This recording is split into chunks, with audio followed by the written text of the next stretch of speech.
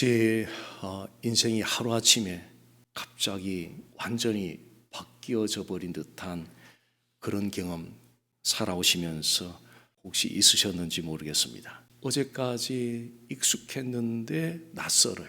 그리고 아무런 준비도 안 됐는데 갑자기 다른 세상, 이런 경우로는 종종 마주할 때가 있습니다.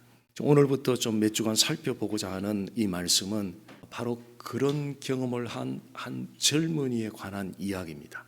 그 젊은이는 다니엘이라는 인물입니다. 우리는 이 다니엘이 하나님을 믿지 않는 세상 속에서 어떻게 믿음을 지키며 살았는가를 이제 살펴보게 될 것입니다. 다니엘의 이야기는 우리가 예수를 믿는 사람으로서 믿지 않는 세상 속에서 어떻게 그 믿음을 지키며 살아갈 것인가라는 그 질문에 대한 중요한 출발점이 되기도 합니다. 다니엘이 살던 그 당시 이스라엘은 북쪽은 북이스라엘, 남쪽은 남유다, 그러니까 남북으로 분단되어 있던 그런 이제 역사적인 배경 가운데 특별히 남유다 쪽에 당시 최강대국이었던 바벨론이 남유다를 이제 침략을 해서 함락을 시키게 되죠.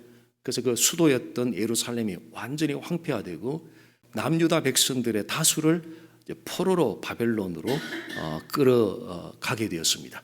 그 포로들 가운데 다니엘과 굉장히 친한 친구들 3명이 있었는데 그 친구들도 같이 포로로 끌려갔습니다. 포로로 끌려가던 그 당시 다니엘의 나이는 추정으로는 티네이저 연령 15살에서 한 20살, 요즘으로 말하면 인생의 진로를 깊이 좀 고민하는 그런 시기라고 할 수 있잖아요. 그 나이에 포로로 끌려갔는데, 그러니까 예루살렘에서 바벨론까지는 약 500마일, 자동차로 달려도 꽤 많이 달려야 되는 거리잖아요. 포로로 끌려서 그 바벨론 땅까지 들어가게 되었습니다. 그러니까 바벨론에 들어가고 나니까 지금까지 자기들이 살아왔던 나라의 언어도 다르고 문화도 다르고 법도 다르고, 그리고 특별히 다른 것은 그 바벨론은 하나님을 믿지 않는 그런 사회였습니다. 그러니까 하나님을 믿지 않는 사회에 낯설게 들어가서 언어나 문화나 법이나 모든 것이 다른 그런 환경 속에서 다니엘과 세 친구들은 틀림없이 고민을 했을 거예요. 이런 환경에서 하나님을 어떻게 믿지? 이런 환경에서도 하나님은 나와 함께 하실까? 세상에 맞추지 않으면 살아남을 수 없을 것 같은데 이제 어떡하지? 아마 이런 고민들 틀림없이 다니엘과 세 친구들이 했을 것으로 예상이 됩니다. 자, 이런 질문들, 하나님 과연 함께 하실까? 세상에 맞추지 않으면 살아남지 못하는데 어떡하지? 이런 분위기 속에서 하나님을 제대로 믿을 수 있을까? 이런 질문들은 지금 사실 우리가 하고 있는 질문들이잖아요. 직장에 들어갔는데 내가 가지고 있는 신앙을 유지하기가 대단히 어려운 분위기, 일터든지 학교든지 사회든지 우리가 믿고 있는 믿음 자체를 이상하게 바라보는 그런 분위기, 조금만 타협하면 더 나아질 것이라고 하는 그런 타협, 그리고 하나님에 대한 그 가치보다는 그냥 이 세상에서 성공하는 것이 훨씬 더 중요하게 여기고 다른 박질해가는 그런 세상의 분위기. 자, 그런 분위기 속에서 어떻게 내가 믿는 이 믿음을 지키며 살아갈 수 있을 것인가? 우리 모두의 질문이라고 봅니다. 다니엘과 이 세 친구들은 바벨론 제국으로부터 굉장히 매력 있는 제안을 받았습니다. 그러니까 겉으로는, 표면적으로는 도저히 거절할 수가 없는 너무나 좋은 그런 제안을 받았어요. 혹시 보기에 너무 좋아서 거절하기가 어려운 그런 제안을 받아본 적이 계신지요? 이 기회만 잡으면 인생이 달라진다는, 조금만 타협하면 훨씬 더 나은 인생을 살아갈 수 있는. 근데 처음에는 그게 괜찮은데, 처음에는 좋아 보이고 괜찮은데 시간이 지나면 서서히 우리 믿음과 삶을 서서히 무너뜨리기 시작하는 거죠. 자, 그렇다면 우리가 지금 어떻게 해야 할지, 그런 제안이 왔을 때, 근데 제안이 기준이 있어야 되거든요. 그 기준이 있어요. 그 기준에 근거해서 accept 할지 reject 할지 결정을 할 거 아니에요. 그 기준, 그 무슨 기준으로? 오늘 우리는 다니엘과 이 세 친구들이 도저히 거절하기 어려운 제안 앞에서 그들이 어떤 선택했는가를 살펴보면서 하나님이 우리에게 주시는 지혜를 함께 좀 살펴봤으면 좋겠습니다. 그 인생에서 가장 위험한 순간은 일이 안 될 때보다 일이 잘 풀릴 때가 더 위험하다는 거죠. 그러니까 일이 안 풀릴 때는, 어려울 때는 사람이 긴장을 하게 되잖아요. 일단 긴장을 하게 돼요. 그런데 일이 잘 풀리면은 긴장이 풀리면서 위험하다는 거죠. 다니엘과 세 친구들이 겉으로 보기에는 도저히 거절할 수 없는 그런 제안을 받은 것에서부터 이 이야기 시작이 됩니다. 바로 그 이야기는 쉽게 말해서 다니엘의 그 신앙을 타협하도록 만드는 그런 유혹에 가까운 제안이었던 거죠. 그 타협을 받아들이기만 하면은 정말 겉으로 너무 좋은데 또 겉으로 크게 문제될 것도 없어 보여요. 오히려 좋은 기회로 여길 수도 있어요. 근데 문제가 있어요. 어떤 문제냐면 그 타협을 받아들이면 마음과 삶에 하나님이 중심이 되지 않아요. 하나님이 중심이 되지 않는 인생, 그게 불행이에요. 다른 것이 불행이 아니라 하나님이 중심이 되지 않는 인생, 그게 불행이에요. 저는 퓨너럴 집례를 할 때마다 늘 그걸 많이 깨닫게 돼요. 하나님이 중심이 되지 않은 인생은 그게 바로 불행이에요. 근데 행복하다는 것은 뭐가 행복하느냐면요, 별별 세상 환경 다 가지고 있어도 그것이 세월이 지나면 우리는 다 느끼고 깨닫고 체험했던 바가 있거든요. 하나님이 중심이 되는 삶을 살 때 그게 행복하다는 거죠. 다니엘과 세 친구들이 이 오프를 받았던 그 제안이 얼마나 좋았는지 한번 보겠습니다. 자, 3절에서 5절에 보면요, 일종의 바벨론판의 스카우트 리포트와 같아요. 이 다니엘과 세 친구는 그 당시에 최고 엘리트 친구들이에요. 귀족 출신이고 또 외모도 뛰어나고 지혜도 있고 학문도 뛰어나고 뭐 판단력도 뛰어난 그런 사람들이에요. 그래서 바벨론 제국에서 이게 엘리트 교육을 받는, 그래서 그 엘리트 교육이 끝나면 바벨론 제국의 중앙 정부로 들어가서 등용될 그런 인재들이었어요. 이 사람들이 오늘날로 말하면 대학을 들어갔을 때 풀 스칼라십, 딱 어느 대기업에서 풀 스칼라십 서포트를 다 해주고 졸업한가 동시에 바로 대기업에 픽업에 가는, 그것이 이미 다 예정된 것. 베네핏 보장되죠, 돈 보장되죠, 명예 보장되죠. 거절하기 쉬워요? 정말 어려운 제안이에요. 그런데 이 바벨론의 제안을 자세히 살펴보면 치명적인 위험이 있어요. 겉으로는 표면적으로 뛰어난 것 같은데 실상은 다니엘과 세 친구가 하나님께 소속됐다고 하는 그 하나님의 사람들, 백성들이라고 하는 그 정체성이 무너진다는 거죠. 그리고 하나님에 관한 신앙이 무너진다는 거죠. 겉으로 표면적으로는 그 제안이 좋아 보이는데 결국 그 제안을 받아들이고 타협을 했을 때에 세월이 지나면서 자기의 그 정체성이 무너지고 하나님에 관한 신앙도 점점 무너져 가게 된다는 거죠. 바벨론이 제안했던 첫 번째 방식은 이름을 바꾸는 것이었습니다. 다니엘과 세 친구들의 이름 안에는 공통적으로 하나님이 들어가 있었어요. 자, 다니엘은 의미가 하나님은 나의 심판자, 그리고 친구 하나냐, 하나님께서 은혜를 베푸신다. 또 두 번째 친구 미사엘은 누가 하나님과 같으랴. 세 번째 친구 아사랴는 하나님께 도우신다. 다 하나님이 다 들어가 있어요. 그런데 바벨론은 바로 그 이름을 바꿔버리고 하나님을 그들의 이름에서 빼버린 거예요. 다니엘은 벨드사살, 하나냐는 사드락, 미사엘은 메삭, 아사랴는 아벳느고. 그러니까 바벨론식 이름을 지으면서 하나님을 다 빼버린 거예요. 바벨론이 이렇게 이름을 바꾼 의도를 알 수 있잖아요. 그것은 바로 하나님의 백성이라고는 정체성을 다 지워버리기 위해서 그랬다는 거죠. 이것이 바로 사탄의 전략이라는 거예요. 사탄은 우리에게 노골적으로 하나님을 떠나라고 이렇게 하지는 않아요. 대신에 이 정도만 조금 타협하면 괜찮아, 더 나아, 조금만 타협하면 돼. 그러면서 점점 하나님으로부터 희미해져 가게 만드는 것이 바로 사탄의 전략이라는 거죠. 바벨론이 제안했던 두 번째 방식은 왕의 음식과 왕의 포도주를 먹도록 하는 거예요. 왕의 음식과 포도주는 요즘으로 말하면 5성급 호텔의 최고급 레스토랑에서는 그것도 프리로 나오는 그런 음식이라고 할 수 있어요. 거절할 이유가 전혀 없잖아요. 최고의 음식인데. 그런데 그것을 받아들일 경우에 그 신앙을 흔드는 위험이 담겨져 있다는 거죠. 그 당시 왕의 식탁에 올려지는 음식은요, 그 나라가 섬기는 우상에게 제일 먼저 우상에게 올려지고 우상에 바쳐진 음식을 다시 왕의 식탁으로 내려왔어요. 그러니까 그 음식은 벌써 우상에 바쳐진 음식이었고 또 하나님이 금지했던 음식이 고기가 거기 안에 들어가 있었고요. 그 유대 민족이 전통적으로 쿡하는 방식이 있는데 그 방식과는 완전히 다른 방식으로 만들어진 음식이었습니다. 그러니까 바벨론 사람들 생각에는 이게 뭐가 문제야? 왜냐하면 자기들이 먹는 음식이니까요. 늘 방식이나 문화니까 바벨론 사람들 생각에는 아무런 문제가 없어요. 근데 다니엘과 세 친구들은 심각한 문제라는 거죠. 문화적으로는 작은 차이인데 신앙의 관점에서는 이게 결코 작은 차이가 아니라는 거예요. 세상이 괜찮다 한다고 괜찮은 게 아니잖아요.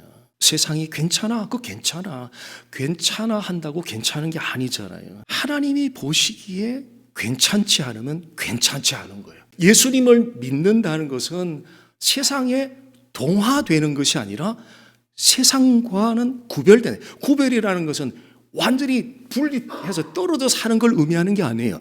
소셜 스트럭처, 사회 구조에는 적응을 잘 해요. 사회 구조에는 적응을 잘 하면서 신앙의 스피릿은 절대 그게 오염되지 않는 거죠. 그게 바로 구별이라는 거예요. 그러니까 세상 속에 살면서 사회 구조에는 잘 적응을 하면서 그러나 하나님에 대한 신앙의 스피릿은 절대 동화가 안 되는 거예요. 구별되는 거예요. 이것이 바로 예수님을 믿는 것이라는 거죠. 다니엘과 세 친구들이 받았던 제안은 이 정말 거절한다면 또 바보라는 소리 들을 정도 잃을 것이 전에 얻을 것만 있는 그런 제안이었습니다. 그런데 하나님의 관점에서는 신앙의 타협을 유혹하는 제안이었던 거죠. 자, 신앙의 타협은 겉으로는 괜찮을 거예요. 오히려 더 좋은 일이 더 많을지도 몰라요. 근데 세월이 지나면 점점 하나님으로부터 멀어지게 돼요. 왜? 하나님보다 그것도 사랑했으니까요. 그러니까 타협할 때는 하나님보다 더 사랑하는 마음이 거기에 더 가 있으니까. 그러니까 세월이 지나면 점점 하나님으로부터 마음이 멀어져 가게 된다는 거죠. 그래서 하나님과의 관계가 멀어지면 위에서 아래로 관계가 멀어지면 옆으로 관계가 멀어져 가게 돼요. 자, 이 오렌지 카운티 너무 좋아서 안 떠나고 살 수 있는 방법은 하나님의 관계를 좋은 관계를 유지하면 여기 우리 사는 동네 너무 좋아요. 너무 좋아요. 그런데 하나님과의 관계가 안 좋으면 다 안 좋아요. 전부 다 안 좋아요. 예. 하나님과 관계를 반듯하게 하면 환경이 설령 안 좋아도 다 좋은 거예요.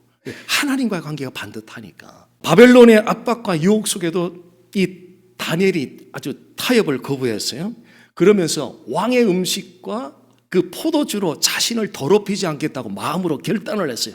그리고 왕궁식 그 신하에게 왕의 음식과 포도주로 나를 더럽히지 않도록 좀 도와달라고 요청을 해요.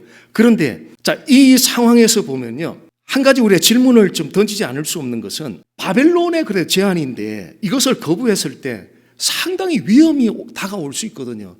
그 위험이 극적인 자리까지 가면 목숨까지도 빼앗길 수 있는 그런 위협인데 그런 상황에서 다니엘과 세 친구, 특히 다니엘이 타협하지 않았단 말이지. 어떻게 그렇게 그 길이 가능했을까? 왜냐하면 사소한 것 하나까지도 타협을 하지 않고 세상을 살아간다는 것이 얼마나 어려운지 우리는 너무나 잘 알아요.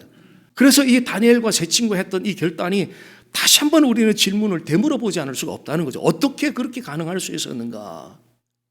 타협하지 않으면 직장을 잃어버릴 수 있고요. 관계도 깨어질 수도 있고 현실적인 손실이 금방 다가올 수 있는 거잖아요. 그래서 원칙을 지킨다는 게 이렇게 어려운 거잖아요. 원칙을 지킨다니 이렇게 어려운 거잖아요. 그런데 세월이 지나면 곡선보다는 늘 직선이 세월이 지나면 그 눈앞에서는 곡선으로 돌아가면은 굉장히 지혜로운 것 같은데 직선 가면 굉장히 피해를 많이 보는 것. 근데 세월이 지나면 직선으로 간 그 길이 정말 복된 길이라는 것을 참 많이 확인할 때가 많습니다. 다니엘이 그 기가 막힌 제안을 거절하게 된 이 비밀을 성경은 짧지만 분명하게 말을 하고 있어요. 뜻을 정하여. 이 뜻을 정했다는 건 단단히 박아두었다, 고정시켰다 그런 뜻이거든요. 즉 다니엘이 이 결단한 것은 즉흥적으로 한 것이 아니라 하나님께서 오래전부터 그를 붙들어 주셨고 그 붙들어 주는 하나님의 은혜 안에서 다니엘은 어떤 상황, 환경 제한에도 타협하지 않겠다는 잘 훈련된 신앙의 사람이었다는 거죠. 이제 다니엘이 타협을 하지 않겠다는 결단하는 바로 그 마음의 결단에서 이제는 행동으로 이제 넘어가고 있습니다. 그래서 궁중 신하에게 요청을 한 거죠. 왕의 음식과 포도주는 나를 좀 더럽히지 않도록 좀 도와달라고. 나 그 음식 말고 내가 먹고 싶은 게 있다고. 나는 베지터블 좋아한다고. 나는 채식을 먹어야 된다고. 근데 궁중신하는 바벨론 왕이 들어와가지고 그 다니엘의 요청을 첫 번째 받아들이지 못하는 거죠. 자, 여기서 한 가지 우리가 짚어봐야 될 교훈이 있는데요. 하나님이 함께 하시고 내가 원하는 것이 하나님이 뜻일 경우에도 반드시 즉시로 응답되지 않을 수도 있다.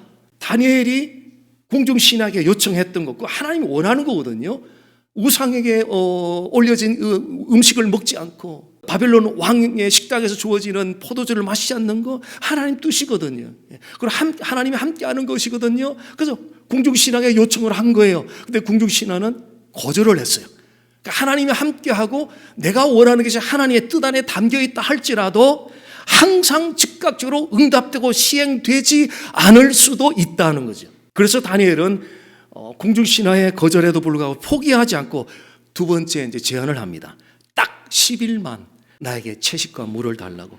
그런 다음에 10일 후에 내 또래 친구들하고 한번 얼굴을 한번 비교해 달라고. 10일 동안 나는 채소하고 물만 마시고 저 친구들은 왕의 음식과 고기와 포도주를 마시고 그리고 10일 후에 한번 얼굴을 한번 비교해 보라고. 어느 쪽이 더 얼굴빛이 좋고 건강한지 비교해 봐서 당신이 결정하라고 다니엘이 제안을 했습니다. 하나님이 주신 지혜로운 제안이었던 거죠. 계속 그렇게 채식과 물만 달라고 요청한 것이 아니라 딱 10일만 시간 한계를 준 거예요. 그랬더니 궁중의 신하가 받아들였어요. 우리는 연약해서 끝까지 완벽하게 순종하라 그러면 너무 부담스러워서 못해요.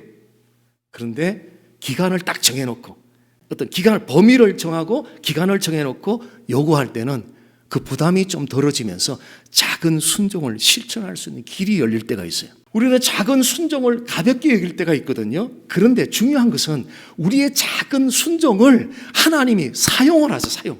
하나님이 사용하면 하나님의 일을 역사하신다는 거죠. 그래서 우리의 작은 순종이 결코 가벼운 게 아니라는 거예요. 자, 갓난아기들 그 첫걸음을 한번 떠올려 보세요. 첫걸음을 뛸 때 한번 상상해 보십시오. 첫걸음을 뛰면 한 걸음 뛰고 뒤통수가 금방 넘어지잖아요. 두 걸음, 세 걸음 가지도 못해요. 근데 한 걸음 뛰는데 부모 마음 어땠어요? 너무 기뻤잖아요. 그럼 넘어지면 어떻게 해요? 다시 잡아서 이렇게 두 번, 한 걸음 더, 또 한 걸음 더, 한 걸음 더. 우리가 작은 순종을 하나님 앞에 드리면 하나님이 기뻐하신다는 거죠. 갓난아이가 첫 걸음 옮길 때 기뻐하는 부모님 마음처럼 작은 순종을 실행하면 하나님 기뻐하면서 자, 넥스트 걸음. 하나님이 이끌어 가신다는 거예요. 다니엘의 이 순종의 결과를 하나님이 이제 드러내 주시는데요. 열흘이 지났어요. 열흘이 지나고 다니엘의 세 친구들과 다른 소년들, 즉 왕의 음식과 포도주를 마신 이 친구들과 얼굴빛을 딱 비교를 했는데 다니엘과 세 친구들의 얼굴빛이 훨씬 좋고 훨씬 건강한 거예요. 그러니까 궁중의 신하가 다니엘의 요청을 받아들였어요. 그러면서 그때부터는 다시는 당신에게 왕의 음식과 포도주를 넣어주지 않겠다. 당신이 원하는 대로 채소와 물을 당신에게 공급해 주겠다고 궁중신하가 받아들이게 됐어요. 솔직히 이 채소와 물을 열을 다이어트 하는 데는 도움이 될 거예요. 근데 성인병 예방에도 도움이 되고요. 근데 전체 영양 섭취에는 도움이 안 돼요. 채소만 먹어서는 영양 섭취가 제대로 안 되잖아요. 그런데 채소만 먹었는데 고기 먹고 최고 음식 먹은 친구들보다 얼굴빛이 더 좋아요. 이게 무슨 이런 일이 있죠? 하나님이 다니엘과 세 친구들의 그 가운데 개입을 하신 거죠. 하나님이 개입하신 증거라는 거죠. 하나님의 은혜 안에서 순종함으로 믿음을 드렸더니 하나님이 well done. 다니엘아, 참 너 잘했어. 너 참 잘했어. well done. 확인 도장을 찍어주는 것과 같은 거죠. 다니엘은 결과를 계산하고 순종했던 것은 아니에요. 결과를 하나님께 맡기고 순종했어요. 신앙은 이런 것이 아닌가 싶죠. 신앙은 결과를 계산하고 움직이는 것이 아니라 결과를 하나님께 맡기고 믿음으로 움직이는 것, 그것이 바로 신앙이란. 오늘 다니엘의 이야기를 통해서 한 가지 분명한 사실을 보았는데요. 믿지 않는 세상 속에서 다니엘은 믿음을 지키는 모습을 우리에게 보여줘서 그 비결은 하나님의 은혜 안에서 자신이 하나님께 속했다고 하는 정체성을 놓지 않는 믿음의 선택을 하였다는 거죠. 자, 오늘 우리도 다양한 영역에서 신앙의 타협을 유혹하는 제한과 마주하며 살아가고 있습니다. 크든 작든 끊임없이 이런 제한을 우리에게 찾아오고 있습니다. 자, 하나님은 우리가 그런 유혹의 제한 앞에서 다니엘이 보여줬던 것처럼 믿음의 선택을 하기를 원하십니다. 그런데 그 믿음의 선택이 우리는 못해요. 이게 복음의 이야기예요. 기독교 이야기예요. 다른 종교에서는 하라고, you can do it, 할 수 있다고. No. 성경은, 기독교는, 복음 너 안 된다고. 절대 너는 안 된다고. 절망부터 하라고. surrender, 항복부터 하라고. 그리고 우리를 붙들어 주시는 하나님의 은혜로 말미암아 가능하다고. 그런 제한이 왔을 때 기본적으로 우리의 상식으로는 이걸 거절하기가 어려운데 우리를 붙잡아 주시는 하나님의 은혜로 말미암아 거절할 수 있다고. 다니엘처럼 뜻을 한번 정해 보십시오. 어떤 제한이 오더라도 내가 믿는 하나님을 향한 신앙을 타협하지 않겠다는 뜻을 한번 정해 보십시오. 그것은 제너레이션 투 제너레이션 그 모습을 우리 자녀들이 보아요. 저는 교육부 사역을 그때 이민교회 교육부 사역 제법 오래 했거든요. 네, 그 자녀들에게 최고의 교육은 말로 티칭하는 거고요. 모르는 것 같죠. 우리 연합 예배 드릴 때 뭐 한글로 설교를 하면 하나도 안 알아듣어요. 고개 숙이고 있죠. 다 듣고 생각 다 해요. 그 친구들. 그래서 뜻을 정하고 살아가는 그 모습을 보면 넥션에서 딱 보고 있거든요. 본대로 그들은 살아요. 본대로 살게 돼 있어요. 그래서 믿음의 선택을 향해서 순종의 첫걸음을 한번 움직여 보십시오. 그 순종의 첫걸음을 통해서 다니엘의 삶 속에 역사하셨던 그 하나님이 저와 여러분의 삶 속에도 역사하기를 주님 이름으로 간절히 소원합니다.